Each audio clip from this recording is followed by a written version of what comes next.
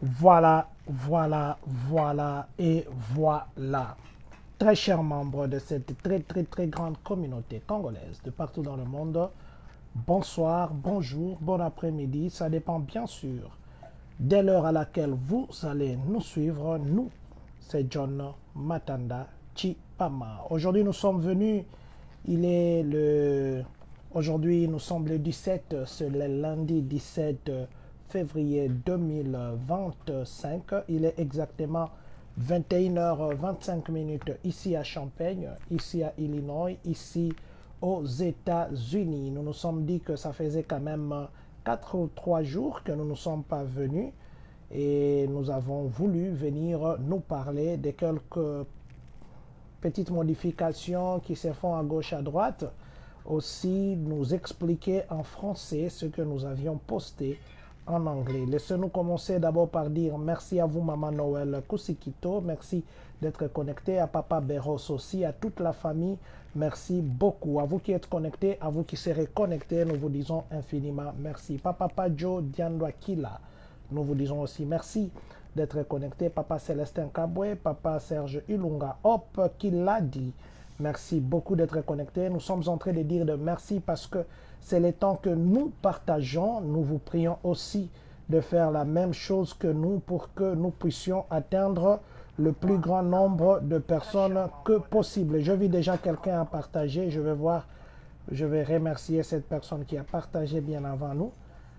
Je ne sais pas trop bien voir encore la personne qui a partagé, mais du moins, à vous qui avez déjà partagé notre direct, nous vous disons infiniment merci beaucoup. Nous allons parler de quoi aujourd'hui? Nous parlerons de Tsar, de Border, celui qui garde le responsable de la frontière aux États-Unis, là-bas, frontière avec le Mexique. Il a dit quelque chose, c'est quoi? Nous allons nous parler de ça. Nous parlerons aussi d'un avion qui est tombé aujourd'hui à Atlanta, un avion qui est tombé au niveau, et plutôt un avion qui est tombé au Canada au niveau de Toronto, qu'on appelle Toronto. Nous allons parler de ça. Nous parlerons aussi de Elon Musk qui a dit quelque chose par rapport au social. Qu'est-ce qu'il a dit au social security? Nous parlerons de ça. Nous parlerons des conseils que les avocats donnent aux étudiants internationaux. C'est ce que nous avons d'ailleurs mis dans le titre. Nous parlerons aussi du président Donald Trump qui a dit quelque chose par rapport à la loi sur la naissance. Nous parlerons aussi de... Nous allons continuer à parler sur le président Trump. Il y a des vidéos aujourd'hui que les gens ont postées, d'ailleurs que nous avons relayées aussi. Nous avons posté ça, qui a parlé d'un pays voisin, qui a parlé du Congo aussi. Nous allons essayer de parler de ça et de là aussi nous parlerons du Congo. Il y a des choses qui ont circulé aujourd'hui par rapport à des dépenses que nos dirigeants du Congo font. Voilà. Nous parlerons aussi de ces juges qu'on a chassés, beaucoup de juges d'immigration qui ont été chassés. Est-ce que c'est une bonne nouvelle pour les sans-papiers ou bien c'est une mauvaise nouvelle? Nous allons essayer de nous éclairer. Et puis nous parlerons de Minnesota qui veut enlever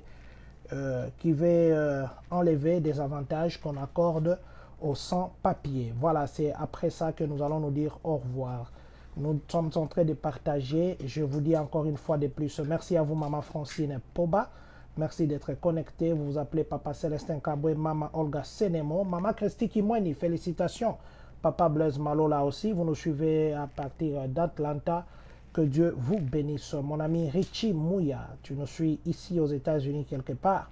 Que le Seigneur te bénisse. Merci infiniment pour tout. Voilà.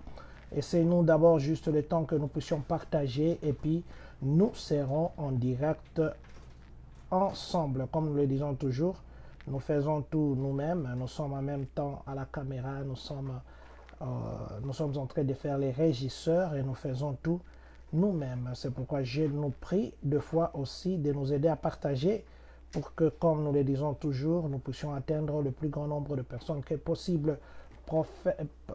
L'apôtre Jean-Paul Macabou, papa, merci aussi infiniment pour les salutations de tout à l'heure et surtout la prière. Voilà. Papa Serge Ilunga, ça fait longtemps, vous nous suivez à partir du Canada. Nous vous disons bonsoir là où vous êtes. Nous allons, je crois que je peux m'arrêter là, ici quand même. Je peux m'arrêter ici. Et puis nous allons Nous allons... Ok, le reste là, je crois que nous ferons après. Maman Naomi Konongo, merci, ça fait longtemps, Maman Naomi Konongo. Merci d'être connecté. Mon frère Jason Banzola qui nous suit depuis Bukavu, nous vous disons infiniment merci.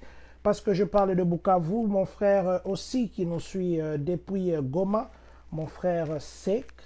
Je ne veux pas trop citer votre nom, que Dieu vous bénisse. Parce que je parle de Bukavu, laissez-moi faire ça. À nos frères de Bukavu, à nos frères de Goma, à nos frères de l'Est du Congo, ceux qui sont à Uvira, ceux qui sont à Kamanyola, ceux qui sont à toutes...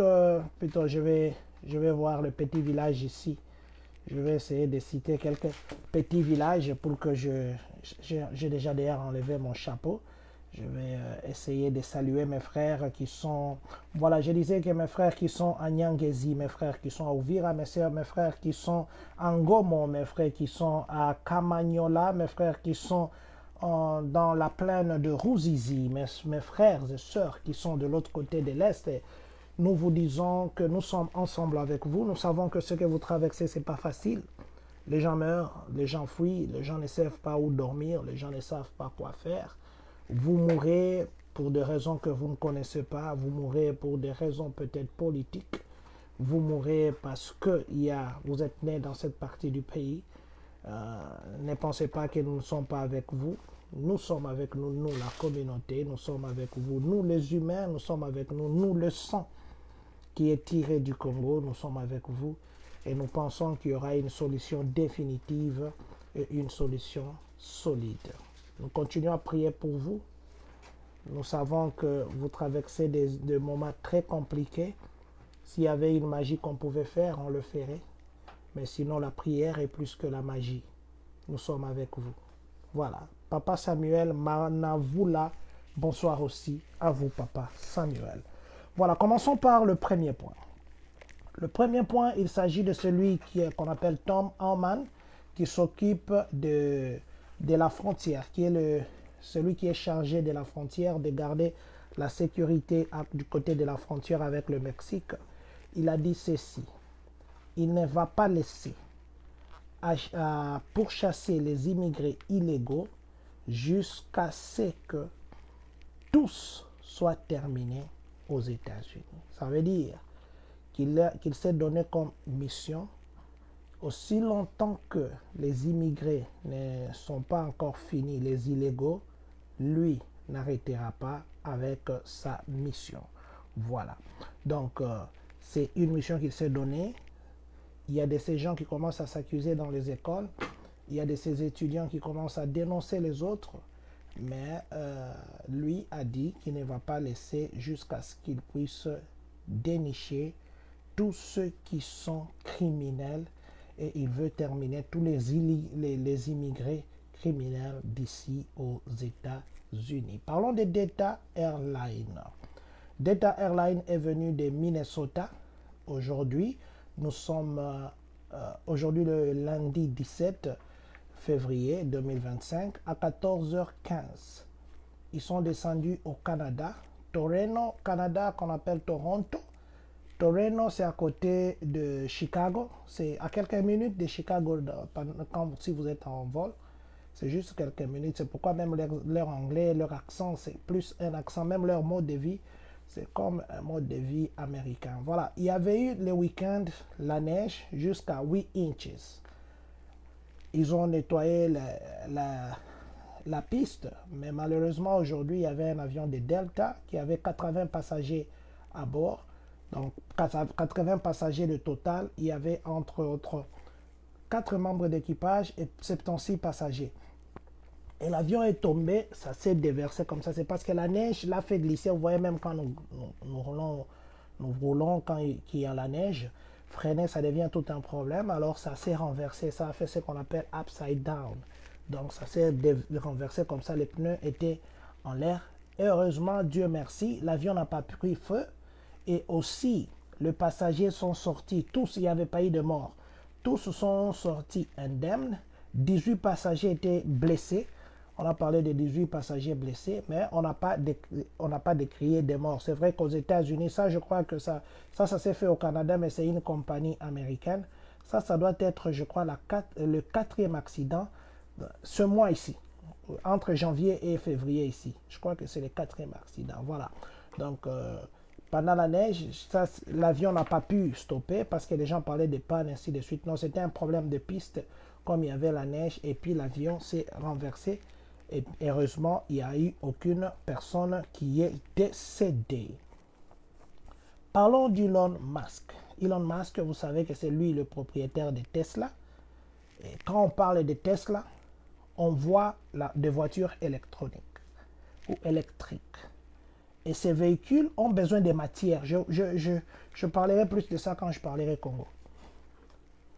Elon Musk, il est chargé de Doge. Doge, d'ailleurs, qui est une institution que le président Donald Trump a créée pour contrôler les finances de ces gens de gouvernement, tout ça. C'est pourquoi même il a envoyé des lettres à des gens là fédéraux qui travaillaient remote. On les avait demandé de rentrer dans le bureau. Il y en a qui n'ont pas voulu. Et on a envoyé des lettres de démission. Là, par exemple, les agents des AIRS, beaucoup d'autres agents se sont vus déjà cette semaine ici. On est en train de faire ce qu'on appelle layoffs. On est en train de les chasser de boulot. Alors, Elon Musk aujourd'hui, il a posté sur son X. Son X, il a dit ceci. Il y a des agents fantômes qui sont dans les services de Social Security. Vous savez, c'est les services de Social Security. Quand nous travaillons, on nous coupe un peu d'argent. Et pendant notre pension, ce service se charge de nous payer. Alors, Elon Musk, avec le Doge, ils ont vérifié le Social Security. Il a déniché. Il a dit ceci. Social Security a des millions et des millions de personnes qui sont des fantômes. Pourquoi il a appelé ces personnes-là fantômes? Parce qu'il a dit qu'il y a une coopération, il y a un détournement qui s'est fait au niveau des Social Security. Et ça, c'est lui qui l'a dit.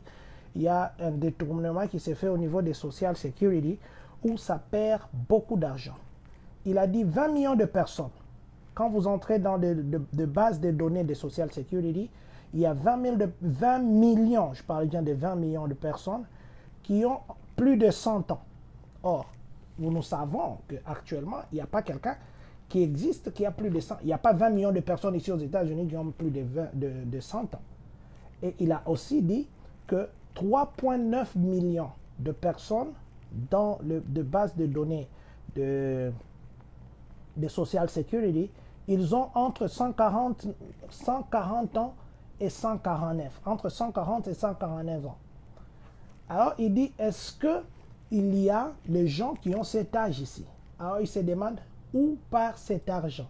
Il a même fait des émojis de rigoler pour dire c'est plus de 24 millions de personnes qui sont fantômes que l'argent de social sort chaque fois, mais où part cet argent? Ça, c'est ce que Elon Musk a dit sur son rayon X. C'est pour dire quoi? Il va maintenant target les Social Security pour dire qu'ils ont détourné l'argent de au moins 24 millions de personnes pendant un tas d'années. Voilà. Donc, c'est cette structure ici de Elon Musk. C'est vrai que c'est un peu trop combattu parce qu'il y a les gens qui disent que non. Comment est-ce qu'il peut avoir une structure qui n'est pas gouvernementale et avoir accès à des bases de données gouvernementales? On l'a empêché, il y a des juges qui l'ont empêché, mais le président Donald Trump est en train de les faire entrer pour qu'ils puissent avoir accès à des bases de données du gouvernement parce qu'ils ont dit que beaucoup d'argent échappe. Beaucoup d'argent échappe au contrôle public et que c'est une structure qui vient pour appuyer, le contrôle des avoirs de l'État. Est-ce que ce que Elon Musk a retrouvé, c'est vrai ou ce n'est pas vrai? Attendons et voir. Mais je crois que d'ici là, il y aura des fouilles au niveau de Social Security. Les étudiants. Vous savez, quand les étudiants viennent ici, il y a une possibilité qu'ils travaillent. Mais il y a de ces étudiants qui travaillent frauduleusement. Parce qu'un étudiant international, il n'est pas autorisé de travailler, je voulais dire. Il n'est pas autorisé de travailler. C'est vrai qu'il peut faire des petits travaux à l'intérieur de l'université, mais la plupart de ces travaux-là, ce sont des travaux bénévoles. Mais travailler comme ça et faire l'argent ici aux États-Unis, ce n'est pas autorisé. Mais maintenant, il y a des circonstances qui peuvent permettre à ce qu'un étudiant international travaille jusqu'à 20 heures en dehors du campus. 20 heures, si je parle de 20 heures, c'est pendant la période de cours. L'étudiant international peut avoir la chance ou l'autorisation de travail pendant 20 heures, pendant les périodes de cours, s'il applique une forme. Et la forme là, ça s'appelle I-765. La forme I-765 qui est la forme d'autorisation de travail. Un étudiant international qui se voit ruiné par rapport à la personne qui le sponsorisait. Par exemple, vous aviez votre papa qui était au pays et que le papa ou la maman qui vous payait les études n'est plus, vous pouvez appliquer la forme I-765 et si on vous approuve, vous êtes légalement, vous pouvez travailler légalement en dehors du campus pendant 20 heures. Aussi, si vous êtes en vacances, cette application ou si cette autorisation vous permettra de travailler jusqu'à 40 heures. Pendant les vacances, on vous permet de travailler pendant 40 heures, mais pendant que vous êtes aux études, pendant vos extramoroses, là, vous pouvez travailler jusqu'à 20 heures. Parce que c'est quoi? Beaucoup d'étudiants, quand ils viennent ici, ils travaillent, mais ils ne travaillent pas avec leurs documents, ils travaillent frauduleusement. Alors, sachez que si vous travaillez frauduleusement et que l'agent d'immigration ou même la police, excusez-moi, mettez la main sur vous, là, c'est une tricherie qui devient une faute. Et on risque même de vous déporter parce que là, ça sera que vous avez triché le service d'immigration, vous avez triché l'IRS parce que le document que vous allez commencer à travailler avec, vous n'êtes pas autorisé de travailler, vous le savez. Le document là, c'est un document qui ne vous appartient pas. Et vous et la personne qui vous a aidé risquent d'être dans le problème. Alors, pour éviter ça et travailler normalement, Batu, Babeta na bango, Ermo Baloba na bango, Lokuta. Et puis, on a rien à loba. Au boyebi que, mutu aye lokola étudiant, pendant la période à liboso ana, akoki koloba ke non, mutu abande ko fute la ngambongo, aza lisusute, et koki kozala pe raison à boaka. Donc, voilà, non, loba dans terme, na biso poto comprendre. Et koki kozala oye awa obandi kotanga otangi pendant un temps bato ebele balingande kotanga te akoya awa ata classe ake a comité mais bokoki oye awa otangi na yo et que mutu oyo abandaki kofutela yo aza lisusu te okoki ko appliquer kolongola statut na yo ya baétudiant kosala siko statut ya demande ya asile na sens que oza déjà awa et que mutu abandaki kofutela yo aza lisusu te makoki eza lisusu te okoki ko changer pour obwaka. Voilà, donc wana ezali ka parenthèse na fungolaki, mais je voulais dire que appliquer la forme I-765 I-765 pour que vous puissiez travailler légalement ici aux États-Unis tout en étant étudiant. Évitez de travailler avec des choses qui ne sont pas les vôtres parce que c'est illégal et ce qui est illégal risquerait, il y avait un problème qui pouvait se régler comme ça là, ça risquerait qu'on vous mette dans des cachots et puis là on va vous chasser et ce qui ne sera pas bon. Donc à ceux qui ne savaient pas, vous pouvez appliquer les I-765 et continuer à travailler normalement. Voilà. Parlons maintenant du président Donald Trump. Le président Donald Trump avait signé l'autre fois une ordonnance un décret, le président c'est le décret présidentiel, voilà, qui interdisait que, plutôt qui disait que les enfants qui naissent des gens qui ne sont pas légaux, ces enfants-là n'ont pas la nationalité américaine. Vous vous rappellerez de cette loi parce que les États-Unis ont toujours eu ce qu'on appelle ius solis. Ius solis, ça veut dire que quand vous êtes né, vous êtes attaché à la nationalité de la personne qui est là-bas sur place, de la nationalité de la personne qui est là.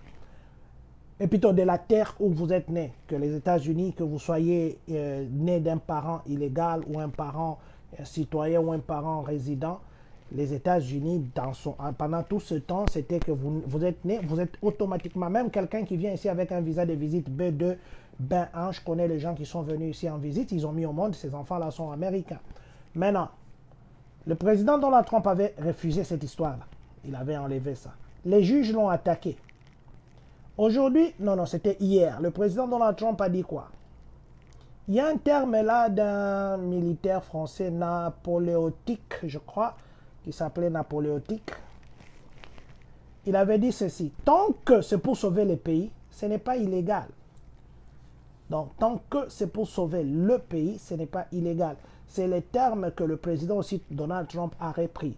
Tant que c'est pour sauver le pays, ce n'est pas illégal. Il a dit quoi? Le 14e amendement, parce que c'est ce qui couvre les enfants de... Plutôt, c'est le 14e amendement qui parle de gens qui naissent ici aux États-Unis, qui dit ceci: tout enfant qui naît ici aux États-Unis est américain. Et ça, on l'avait fait, c'était plus pour les esclaves. Les enfants d'esclaves qui étaient venus d'Afrique, et quand ils naissaient ici, ces enfants-là n'avaient pas de nationalité. Après la Révolution, quand il y avait des révolutions ici, il y avait eu des guerres, ainsi de suite,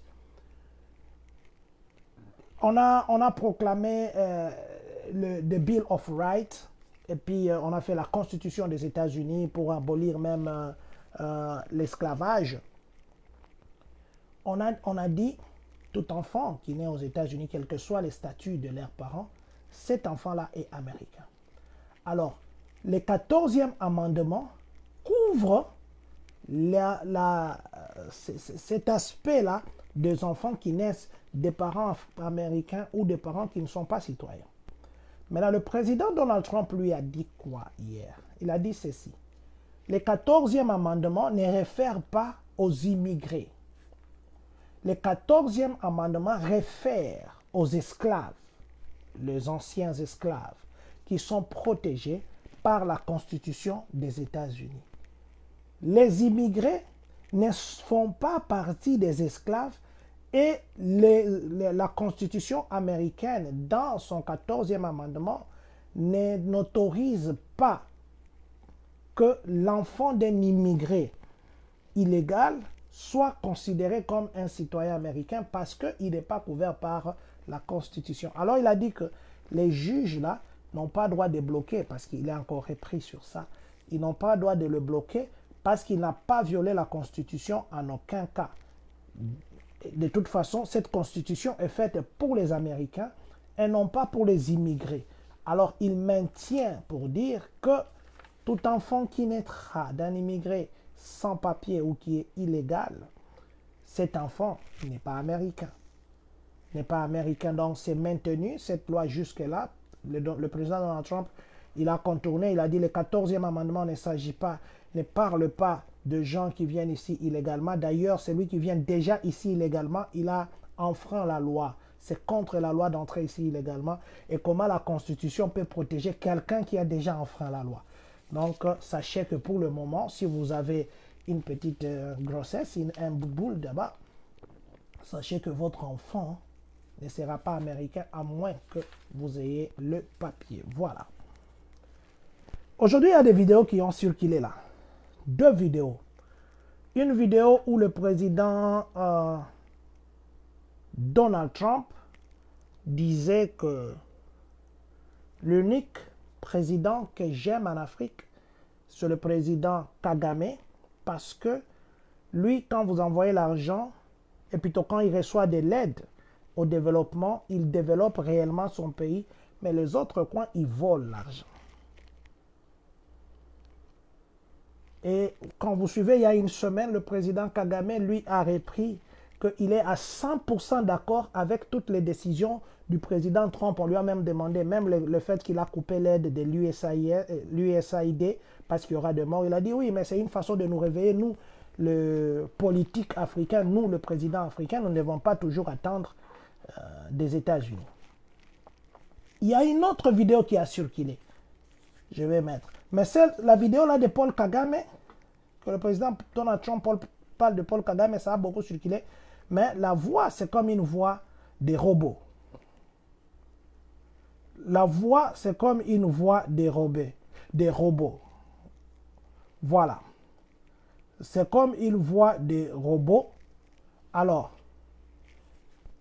mais la vidéo là que le président Donald Trump parle du Congo, en dehors du fait qu'ils viennent des cachots, tout ça, je vais vous mettre une autre vidéo qui a aussi circulé aujourd'hui. Maman Noël Kusitiko, merci infiniment Papa Beros, merci Papa Bernard Ditongonuka, merci d'avoir partagé ces directs. Donc je disais qu'il y a une autre vidéo où le président Donald Trump parle du Congo.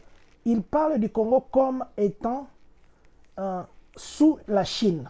Et vous allez écouter, je vais vous dire pourquoi je parle de ça. Et puis je vais revenir à des choses que les gens disent. Attendez, vous allez écouter celle-ci. And interesting, we have all the gas and the gasoline, when it's refined, we have it all right under our, we don't have any of the other stuff. And if we did, our environmentalists wouldn't let us take it. It all comes out of China and a little bit in the Congo, which has, guess who controls the Congo? China. Comes out of China. And interesting, we have all the gas and the gasoline, when it's refined, we have it all right under our, we don't have any of the other stuff. And if we did, our environmentalists wouldn't let us take it. It all comes out of China and a little bit in the Congo, which has, guess who controls the Congo? China. Comes out of China. And interesting, we have all the gas and the gasoline, when it's refined, we have it all right under our, we don't have any of the other stuff. And if we did, our environmentalists wouldn't let us take it. It all comes out of China and a little bit in the Congo, which has, guess who controls the Congo? China. Voilà. Comes out of China.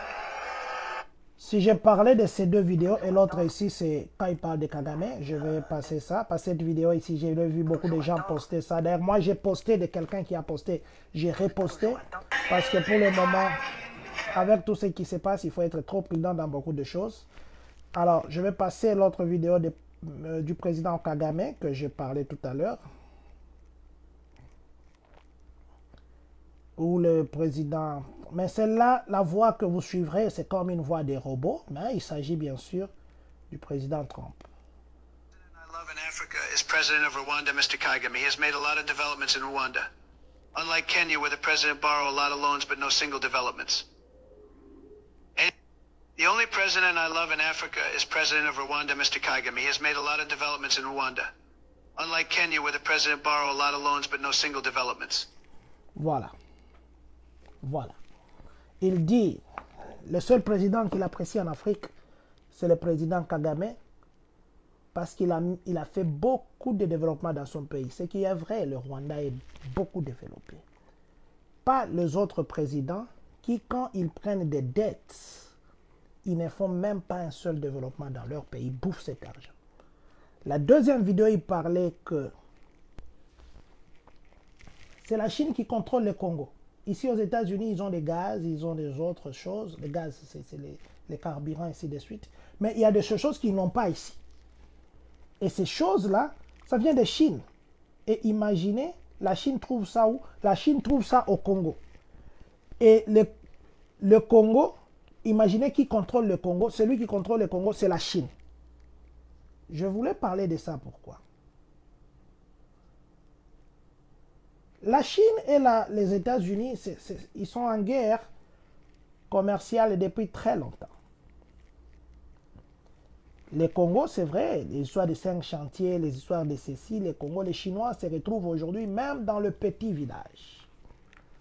Aujourd'hui, les gens qui entourent le président Donald Trump, ce sont les gens comme le Jeff Bezos, ce sont les gens comme le Mark Zuckerberg, ce sont les gens comme le Elon Musk. Elon Musk, ce sont les gens de Apple. Elon Musk ici, c'est celui qui est avec toutes les histoires ici des voitures électroniques, ainsi de suite. Électriques. Voitures électriques. Les gens de Apple, ce sont ces gens qui sont avec les iPhones, les smartphones, tous les i. Or, la matière principale pour les iPhones, la matière principale pour les voitures électriques, qui d'ailleurs les gouvernements américains, je crois, ils vont commander, d'ici la fin de ces 2025, ils vont commander 4 500 000 voitures électroniques. C'est ce que le gouvernement a dit qu'ils vont donner aux agents fédéraux. Ces voitures sont faites avec les coltans. Les coltans, ça se trouve au Congo. Les gens là, les Elon Musk, ils ont financé en termes de milliards la campagne du président Donald Trump, c'est pourquoi il les a même mis à côté. Les gens de Apple ont financé. Les gens de ceci ont financé. Ce sont les riches qui sont là. Aujourd'hui, il dit que la Chine, c'est elle qui a d'autres matières que eux n'ont pas. Vous savez qu'il faut être maintenant réaliste. Très réaliste. Si vous suivez aujourd'hui le président Paul Kagame, il parle, hein, il est vraiment, il parle, il n'a peur de personne. Mais ce qui est aussi vrai, il y a beaucoup de pays africains, la preuve, vous avez vu, les gens sont partis ici dans une petite conférence, plutôt dans une conférence, une grande conférence où il y avait beaucoup de présidents. La délégation du Congo a dépensé plus de la moitié de l'aide que l'Allemagne apporte au Congo pour louer les hôtels. Comment vous pouvez dépenser plus de 450 quelques mille, plus de 400 quelques mille pour 2 jours ou pour 3 jours, quelque chose comme ça? Comment ces gens nous prendront au sérieux? Parce qu'ils savent que non, ces pays-ci, nous les assistons à telle hauteur. Et si nous les assistons, c'est l'aide au développement. Ça veut dire qu'ils n'ont pas ça. Mais vous voyez une délégation qui vient pour un court séjour qui va dépenser jusqu'à 400 et quelques mille dollars. Ils ont même dit qu'ils vont d'abord suspendre l'aide. Non, pas eux. Il y a un de leurs députés qui a dit qu'il faut d'abord suspendre l'aide que nous apportons au Congo parce qu'apparemment ces gens ont l'argent. Aujourd'hui, on dit que la Chine, c'est la Chine qui appuie le Congo. Vous savez que la Chine et les États-Unis ne comprennent pas. Déjà, ça sera un problème. L'ami de mon ami, c'est mon ami. L'ami de mon ennemi, c'est mon ennemi. C'est un principe simple. Aujourd'hui, le Congo, la situation évolue comme ça évolue. C'est vrai, des guerres à gauche, des guerres à droite. On ne veut même plus parler de ça parce qu'à un moment, il y a beaucoup de compatriotes qui sont vraiment, qui s'élèvent vraiment. Nous nous sommes levés et nous continuons à nous lever. Mais quelque part, nous commençons à voir que c'est compliqué. Nous sommes partis, nous avons marché ici. Il y a les compatriotes de partout. Les gens ont marché ici. J'ai vu même quel boulard est pris la semaine ici, notre marche. Nous avons écrit, nous avons fait ceci, nous avons pris beaucoup de contacts. Nous les faisons, bien sûr. L'ambassade, dernièrement, j'ai vu, ils voulaient aussi organiser un truc comme ça de tous les Congolais, notre ambassade. Mais ça fait combien de temps que cette histoire ici a commencé? Je n'ai pas vu notre ambassadrice, à moins que je me trompe, s'élever pour dire que non, nous condamnons. Ou notre ambassadrice s'élever pour dire tous les Congolais d'ici, nous devons faire un truc. Ou bien quand nous, les Congolais de partout ici aux États-Unis, nous faisons des actions, que notre ambassadrice s'élève pour nous féliciter. D'ailleurs, vous savez, heureusement, je vais citer 2 chaînes ici, excusez-moi de citer. Quelle boule quand je les ai envoyé cet élément quand nous avons marché, pour une fois, ils ne nous ont pas demandé l'argent. Ndeko Eliezer, la main au cœur, chaque fois que nous l'envoyons nos événements, il ne nous demande jamais l'argent et je le dis toujours. Mais vous savez que les événements que nous faisons dans la communauté, nous les faisons par patriotisme. Vous savez que pour que ça passe, nous payons. Nous payons et une séquence de 2 minutes, on vous demande 300 $. Ça, je suis en train de vous dire. Il y en a qui vous disent que non, si ça doit passer 3 fois, ou bien ça va passer pour une semaine, il faut donner 5 000 $. Nous avons voulu tenir une information sur la communauté avec quelques chaînes du Congo, nous ne voulons pas citer des noms ici. La RTNC aussi, c'est un très bon partenaire. La radio, on est maintenant un très bon partenariat, mais la télévision, depuis que le PDG Kabila est mort, on n'a pas tellement un bon partenariat avec la nouvelle DG ici. C'est pourquoi ça ne passe pas nos événements encore à la télé, mais la radio, ça passe. Pour que les autres chaînes fassent passer des histoires, nous ne gagnons rien dans la communauté. Vous voyez tout ce que nous faisons ici. Ça, ce sont nos matériels achetés avec notre propre argent. Les efforts que nous faisons, ce sont nos propres efforts. Et nous les faisons pour le pays. Nous partons ici, des fois, nous contactons les gens pour le pays. Nous donnons des donations là-bas. Il y a même un GoFundMe que nous avons fait que les gens ne réagissent même pas. Ici, c'est pour le pays, ce n'est pas pour nous. Mais nous ne sommes pas soutenus. Et aussi, vous devez aller, vous partez à une chaîne pour passer votre message. On va vous demander de payer 5 000 $. Bon, maintenant, 5 000 $, ça va venir de la poche de John, de la poche de Robson, de M. Célestin, ou de M. Christian, ou de M. Michel Kalenga. Parce que ce sont les membres du comité directeur. On n'a pas les 5 000 $. C'est pourquoi des fois, vous voyez que nous faisons les moyens de bord. Mais pourtant, en termes normaux comme ça, tous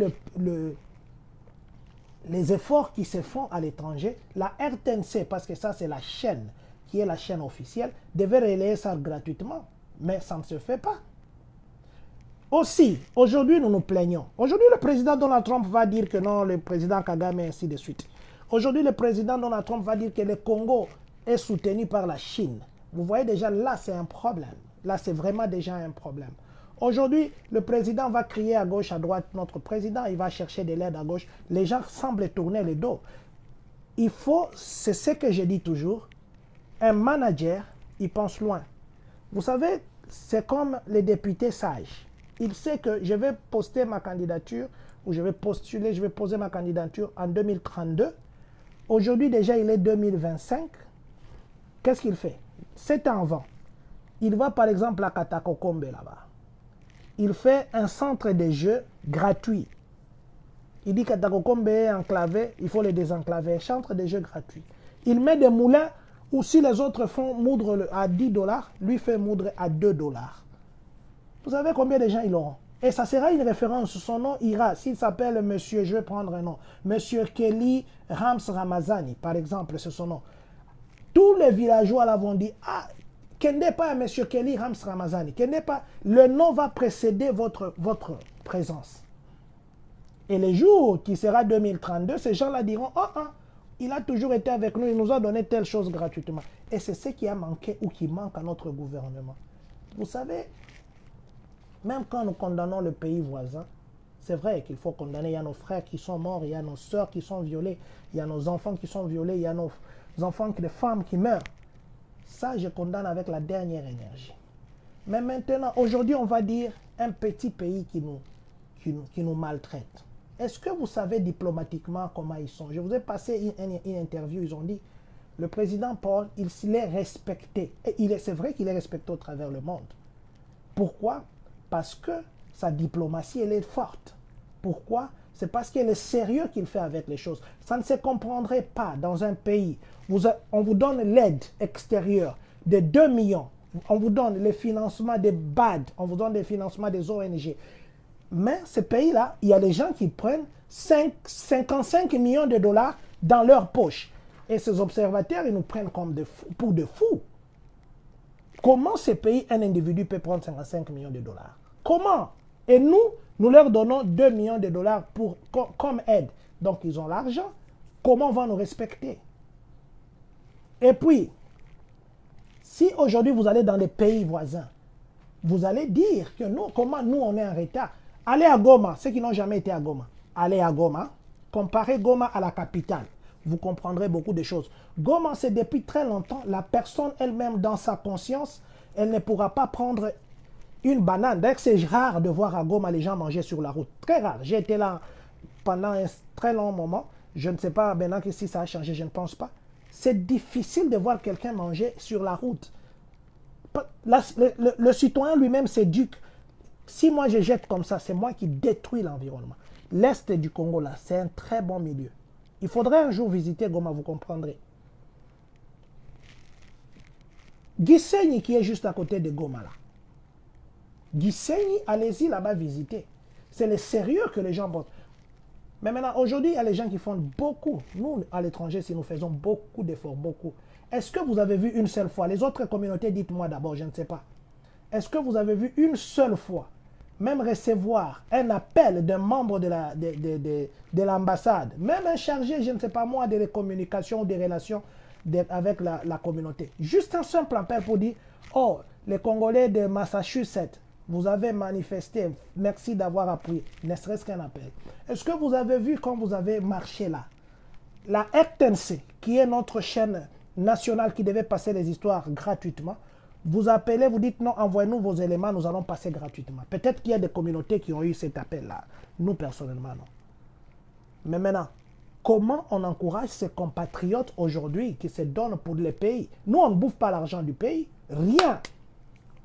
Mais on prend des fois des risques au nom de ces pays-là. On n'est pas mandaté. Maintenant, je voulais chuter par dire quoi? Aujourd'hui, si vous allez à la Maison Blanche, l'unique journaliste africaine qui est là, c'est une Angolaise. Une Angolaise. Mais maintenant, nous allons nous étonner que nous voyons Joe Biden, le président Biden, ne part pas au Congo où il y a la source même de ces contrats qu'il est parti signer. Il va signer par un pays où les rails vont transiter. Vous ne vous posez pas la question. Et cette journaliste-là était là.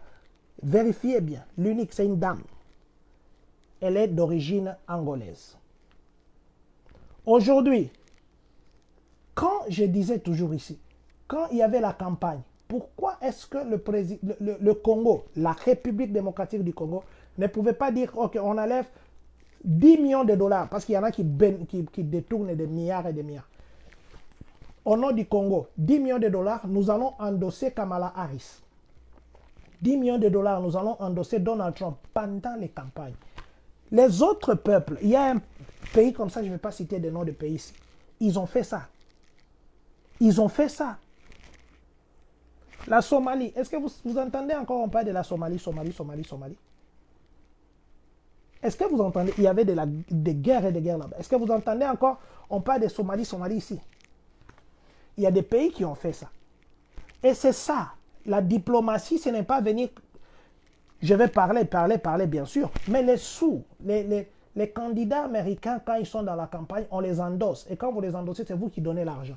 Vous pensez qu'aujourd'hui, si le Congo était venu ici, ils délèguent même les gens là-bas, au lieu de dépenser les 3 millions de dollars, les 4 millions de dollars pour chercher un rendez-vous à rencontrer un président. Prendre l'argent, endosser ces gens pendant la campagne. Vous savez combien politiquement le Congo devait peser. C'est ce qui manque aujourd'hui. C'est difficile que je vienne chercher une audience. Mais si tu viens dans mon audience, tu vas chercher l'audience avec le président. Et tu me trouves moi qui suis là. Et moi qui signe, je suis par exemple un Ghanéen. Si moi un Ghanéen et vous les Congolais, on ne s'entend pas. Quel que soit tu es les protocoles des présidents, je ne te ferai pas passer. Parce qu'il faut passer par moi pour voir notre président. Et c'est ça, le Congo doit aussi, au lieu de commencer à parler, il faudrait que le gouvernement congolais commence à envoyer les gens, travailler ici. Le gouvernement paye pour les gens des études ici aux États-Unis. Quand vous payez dans des universités comme Harvard, je connais qu'il y a des Congolais qui peuvent étudier à Harvard. Vous envoyez là-bas au compte des gouvernements, ils vont étudier avec les enfants de ces gens qui ont des décisions ici. Ils vont se tisser des relations. Mobutu disait, c'est parce qu'ils ont étudié, ces enfants ont étudié dans des écoles avec les autres. Mais pourquoi est-ce que le gouvernement ne peut pas faire ça? Et c'est ça, vous voyez aujourd'hui, on est en train de dire, oh les pays voisins nous agressent, oh les pays voisins et ceci. C'est clair, ils ont dit, j'ai suivi beaucoup d'interviews, beaucoup de recherches que j'ai fait. Le monsieur s'est fait respecter. Parce que d'abord, l'argent qu'on lui donne, effectivement, on voit qu'il travaille chez eux là-bas, si vous allez. Ils ont même des avions qui viennent nous emprunter, nous, un grand pays comme le Congo. Nous avons combien d'avions au Congo? Est-ce que pour cela aussi, il faut condamner les autres? Je vais juste chuter par dire ceci. C'est vrai qu'il y a la guerre, mais les gens qui font les efforts ici à gauche, à droite, ça les décourage aussi des fois parce qu'ils ne se sentent pas appuyés, ils ne se sentent pas accompagnés, ils font leurs propres efforts. Et même quand ces efforts-là, ils le font, il n'y a pas un feedback retour du pays. Vous allez vous battre pour des gens qui savent ce qu'ils font, par exemple. Parce que pour le moment, ça ne se comprend rien. Ça ne se comprend pas. Parlez avec les gens qui sont à Goma, qui sont à Uvira, qui sont à Kalemi, qui sont à Goma, qui sont à Bukavu, qui sont à Kamanyola. Parlez avec ces gens-là, ils vous diront. Seulement, nous avons nos frères qui meurent, nous avons nos sœurs qui meurent, nous avons des viols, nous avons des ceci, nous pensons qu'un jour cette justice va s'élever. Alors, nous allons dire aussi que si nos autorités arrivaient à nous écouter, créez-vous des relations, envoyez les ambassadeurs. Pas les ambassadeurs comme l'ambassadeur, non. Les gens qui peuvent vous représenter, les gens qui peuvent percer, les gens qui peuvent aussi aller là où les autres sont. Aujourd'hui, s'il y a un député congolais, moi je répète toujours cette histoire, s'il y a un sénateur congolais financé, les 1 million de dollars qu'on demande qu'il faut avoir d'abord, le gouvernement congolais donne dans chaque... il y a des Congolais très influents. Nous avons un maire congolais ici à Bloomington. D'ailleurs, qu'on ne voit même pas. Pourquoi? Parce qu'il l'a accompagné pour être là où il est. Il a fait ses propres efforts. Mais si aujourd'hui le gouvernement congolais, il y a des Congolais qui sont déjà américains. Le gouvernement met 10 millions de dollars dans chaque État, ou bien 50 millions de dollars dans chaque État, choisir un Congolais influent pour que ce Congolais se présente comme un sénateur. Ou commencer même au niveau ici plus bas, même un state representative. Vous pensez que ce Congolais n'apportera pas les histoires qui se passent au Congo là-bas? Mais aujourd'hui, les Elon Musk qui sont à côté de Donald Trump, ils ont besoin de ces matériels là-bas. Ils ont besoin de ces coltans. Et il va parler parce qu'il a quelqu'un qui l'écoute. C'est ça, ce que notre pays doit faire. Nous devons arrêter de nous plaindre. Pour que nos plaintes se terminent, nous devons avoir des mérites. Des mérites qui entrent aussi dans la Maison Blanche. Nous avons un Congolais qui travaille là-bas. Oyaebi Kalamu, Oyaebi Njili, Oyaebi Pakadjouma. Et nous devons le faire. Et c'est le gouvernement congolais qui doit encourager. Je vous dis toujours, mon ami Simplice Mabiala, qui fait aussi des choses comme ça. Il parle, je vous avais dit l'autre fois, est-ce qu'on ne peut pas se cotiser pour pousser mon frère là? Pourquoi je dis ça? Je vois loin. Parce que si aujourd'hui nous avons un frère, supposons Simplice, qui est là-bas dans le Sénat, il siège, on n'aura pas à l'expliquer ce qui se passe au Congo. Il connaît. Pourquoi nos députés nationaux ont des demandes d'aller à la base? Ils connaissent. Mais nous, si nous avons quelqu'un qui connaît cette base, ça sera une voix forte. Et c'est ce que notre gouvernement doit faire. Arrêtons de nous plaindre. Investissons dans les gens, et les gens vrais, parce qu'il y a des gens faux. Investissez dans les gens vrais, vous verrez. Voilà, que Dieu nous bénisse. Parlons de Minnesota. Minnesota qui vient de voter. C'était un projet de loi, maintenant ils ont voté une loi. Excusez-moi, excusez. Non, je disais, sinon, non, c'est pas encore voté. Minnesota a passé, ils ont passé un projet de loi pour que l'on puisse enlever tous les bénéfices médicaux aux sans-papiers. Qu'on puisse enlever de bourses d'études aux sans-papiers. Que l'on puisse enlever tous les avantages qu'on accorde aux sans-papiers parce qu'ils disent l'argent là que l'on donne à ces gens, c'est l'argent des contribuables américains. C'est l'argent des taxes qui doit bénéficier aux Américains, aux résidents permanents, que de bénéficier aux sans-papiers. Et les sans-papiers, ils coûtent beaucoup. Ils coûtent vraiment, c'est beaucoup d'argent que le gouvernement dépense pour les sans-papiers. Alors, il faudrait couper tous les bénéfices. Aujourd'hui, ils sont passés par des votes. 11 républicains ont dit niet, il faut couper. De l'autre côté, 10 démocrates, ils ont dit non, il faut garder parce que ces sans-papiers nous aident dans le warehouse, ils nous aident dans le champ, ils nous aident. C'est une main forte, une main d'œuvre très forte. Et si nous coupons quelqu'un qui est malade et vous ne voulez pas le soigner, vous voulez que demain il vienne travailler comment?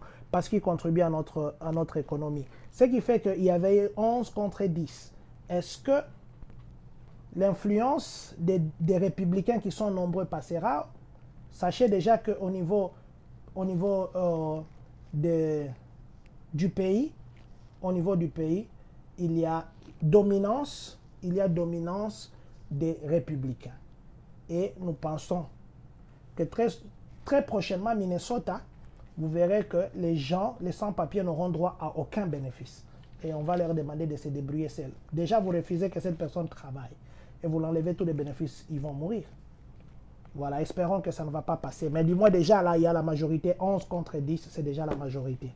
Voilà, nous allons parler du dernier point. Le dernier point, je voudrais vraiment que les gens puissent nous écouter ici.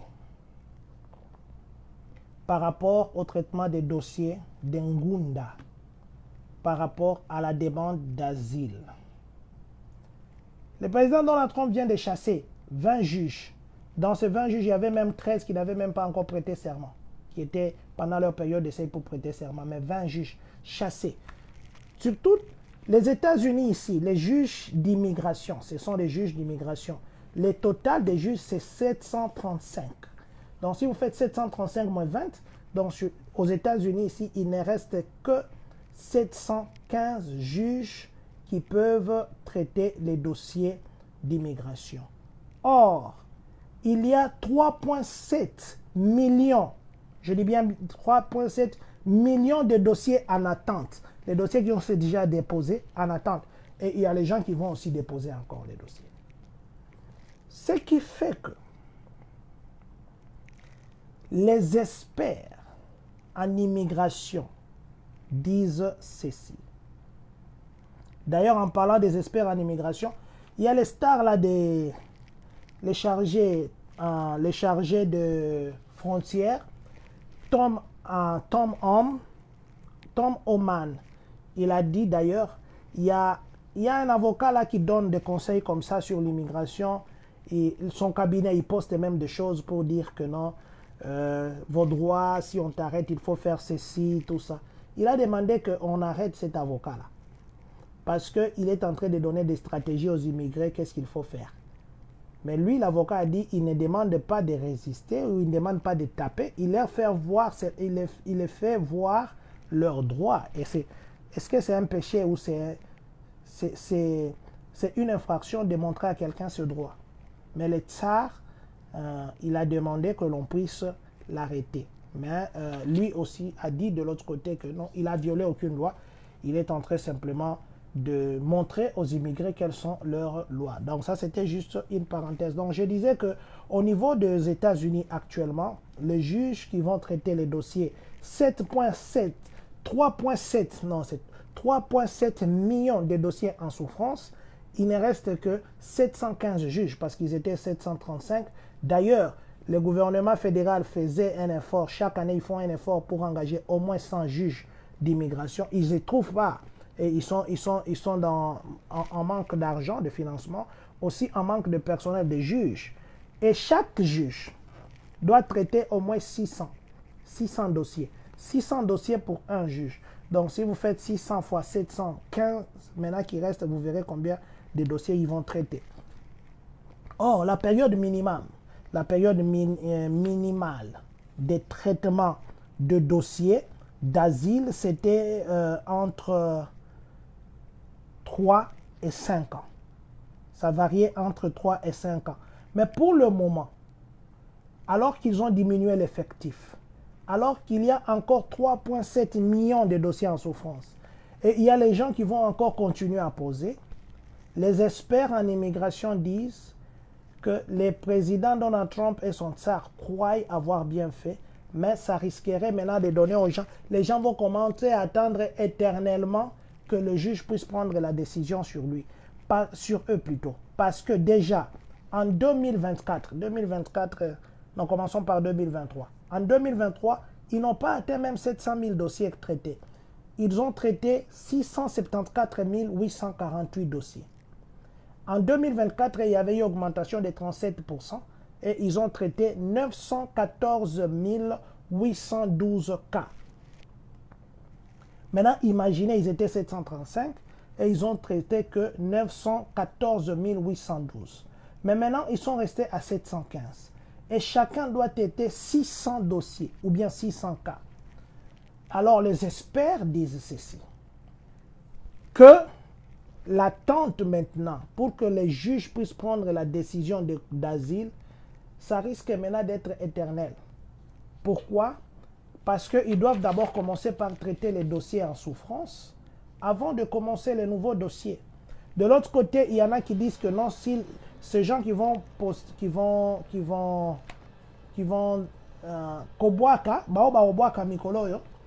ils auront la chance que les dossiers soient expéditifs.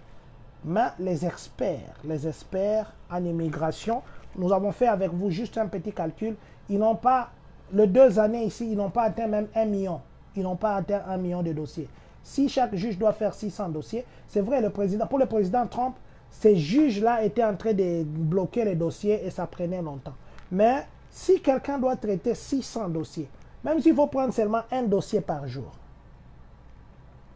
si je dois prendre simplement un dossier par jour, ça veut dire que je vais traiter pendant, si je fais moins les week-ends que je ne travaille pas, tout ça, donc il faut prendre au moins, parce que ça fait 365 jours, je crois que je peux traiter peut-être 60 dossiers, ou plutôt 300 dossiers.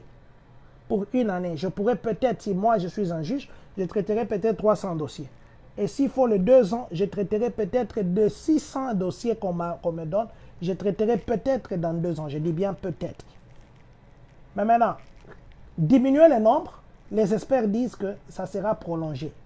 Parce que un juge, déjà, ils vont d'abord commencer par les anciens, comme je l'ai dit tout à l'heure, pour commencer les nouveaux. Ce qui fait que il peut y avoir un risque très prochainement ici.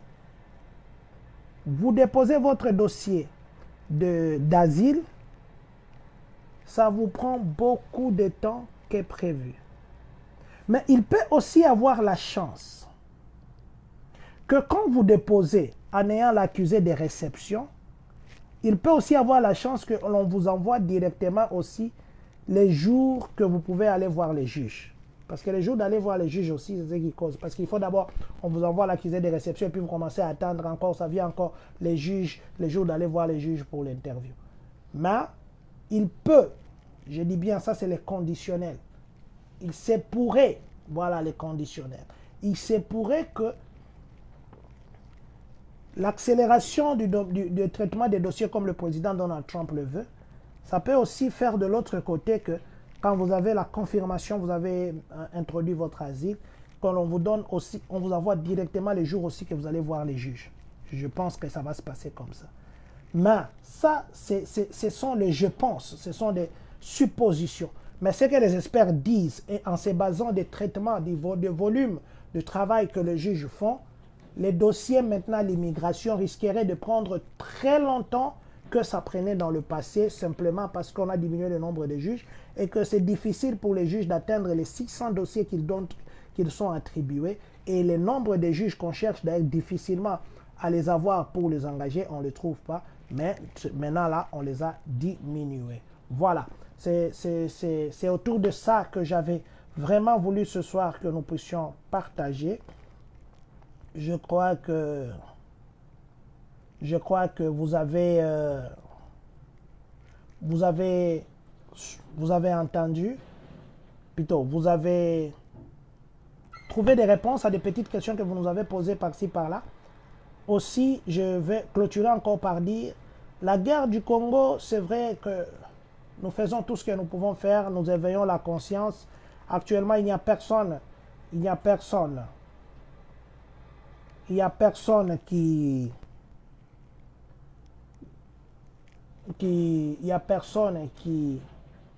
semble être pour le Congo, personne. Mais le Congo aussi, nous devons comprendre aussi que les grandes décisions ne se prennent pas dans des manifestations. Les grandes décisions se prennent peut-être autour d'un verre. Et comment les gens font pour se retrouver autour d'un verre, c'est ça ce que nous devons faire. Que de nous plaindre. Et les efforts que nous faisons, il y en a qui s'énervent, il y en a qui ne veulent même plus parler du Congo, il y en a qui font. Et moi, je crois qu'en termes normaux, il y a eu plus de 3000 personnes qui étaient mortes là. Il y a eu des gens qui étaient violés, plus de 125 femmes violées. La CNN en a parlé, BBC en a parlé, The New York Times en a parlé.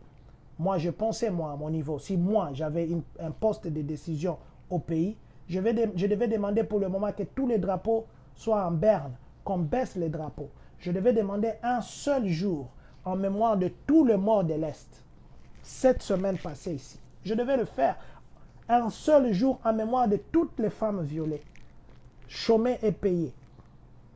Mais on ne l'a pas fait. On ne l'a pas fait. On ne l'a pas fait. Voilà. Je vais lire quelques commentaires. Et puis nous allons nous dire au revoir. Papa Rodi Elongompoke. Merci beaucoup mon papa. Merci beaucoup mon papa. Voilà. Donc, je vais lire quelques commentaires et puis nous allons nous dire au revoir. Au revoir. Je commence d'abord par Maman Espérance Dianzenza Diara. Merci d'être connectée. Maman Rosette Bikuba. Merci beaucoup maman d'être connectée. Maman Ruth Beyuna Kawele. Merci d'être connectée. Papa Samuel Manavula, mon président. Bonsoir mon papa Samuel. Merci d'être avec nous. Maman Sandra Mbomangongo. Mes salutations aussi à papa. Maman Sandra dit bonsoir président, bonsoir à vous maman. Maman Faïda Kolo, bonsoir la famille, bonsoir papa John. Bonsoir maman Faïda Kolo, que Dieu vous bénisse. Merci d'être avec nous. Papa Christian Socrate Kadima, bonsoir à vous papa. Bonsoir président, bonsoir à vous. Papa Asamoah Frimpong Williams, bien détaillé. Merci mon frère Asamoah, je crois qu'on a parlé aujourd'hui. On s'est changé les numéros, on va s'appeler. Merci beaucoup mon frère. Merci d'être avec nous connectés. Papa Freddy Niembo, mon président de Lensing. Merci beaucoup, Papa Asamo. Et plutôt, merci beaucoup, Maman Rosie. Hello, Président. Culture et art. Maman, culture et art, nous allons parler de ça. Ces derniers temps, nous voulons d'abord être plus focalisés sur le Congo. Dans tous nos directs, nous mentionnons le Congo. Tous nos directs, nous mentionnons le Congo. Aussi, nous avions parlé l'autre fois de malachite. Hein? Les gens pensent que nous avons fait semblant. Non, le malachite, nous l'avons déjà. Je crois que nous allons vous la présenter. Vous le présenter. Nous attendions une confirmation pour que nous puissions officiellement vous dire les jours. Mais nous attendons toujours parce qu'il y a beaucoup de sous-dits ici. Voilà. Non, mais le malachite est déjà ici. C'est vraiment un gros. C'est un gros comme ça. J'ai dit merci à tous nos... Papa Gaillard Donzenza qui nous a amenés jusqu'à Kinshasa. Maman présidente Patience Kimina qui nous a amenés jusqu'ici. Maman Patience, recevez les remerciements de la communauté. Ça pèse vraiment. C'est un gros truc comme ça. Voilà, c'est là. Ça pèse. Merci à vous qui avez contribué pour qu'on achète. J'ai ça. Je vais venir vous montrer ça. Comme ça, vous voyez les cadeaux que vous avez achetés. Voilà. Papa Freddy Niembo, merci beaucoup à vous. Maman Rosie, je disais depuis Texas, nous allons parler de culture, nous en parlerons. Maman Mishka Nyamajomi, merci d'être connecté. Papa Andy, respect. Papa Andy Mwepedi, ceci, président, vous pouvez aller voir le sénateur étant que président pour faire un lobbying. Merci beaucoup, Papa Andy, vous avez précédé toute notre démarche. Nous allons voir notre représentante Nikki Boulinski et elle va faire le lobbying. Merci beaucoup, papa, pour le rappel. Maman Wivine Ekodi, bonsoir, papa. Juste savoir si c'est un bon moment pour faire la demande d'asile. Maman, c'est un bon moment. Faites la demande d'asile. Faites-le. Faites-le. N'attendez pas parce que l'allure où vont les choses, peut-être qu'il va dire, il suspend tout ça d'abord. Faites-le. Faites-le. Papa Julien Touema, bonsoir à vous, Papa Bernard Siki. C'est avec vous, Papa Bernard Siki, que nous allons terminer le direct de ce soir. Il est exactement 22h27. Vous avez été nombreux avec nous ce soir. Nous vous disons infiniment merci. Infiniment merci pour votre fidélité.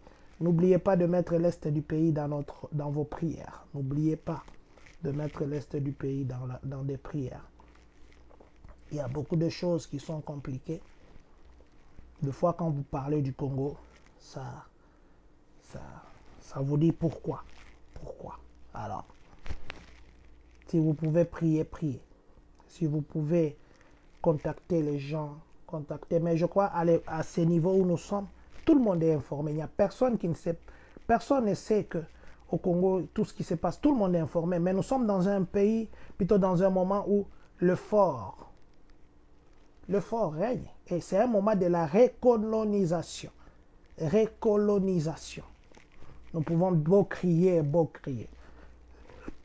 Si les gens ont besoin de quelque chose, ils viendront, ils prendront. C'est aujourd'hui, on a vu les gens là-bas sur le boulevard, plutôt sur Willery, ils tirent. En pleine journée, ils tirent, ils prennent les choses, personne ne les a. Ils étaient forts parce qu'ils avaient des armes. Priez pour le Congo s'il le faut.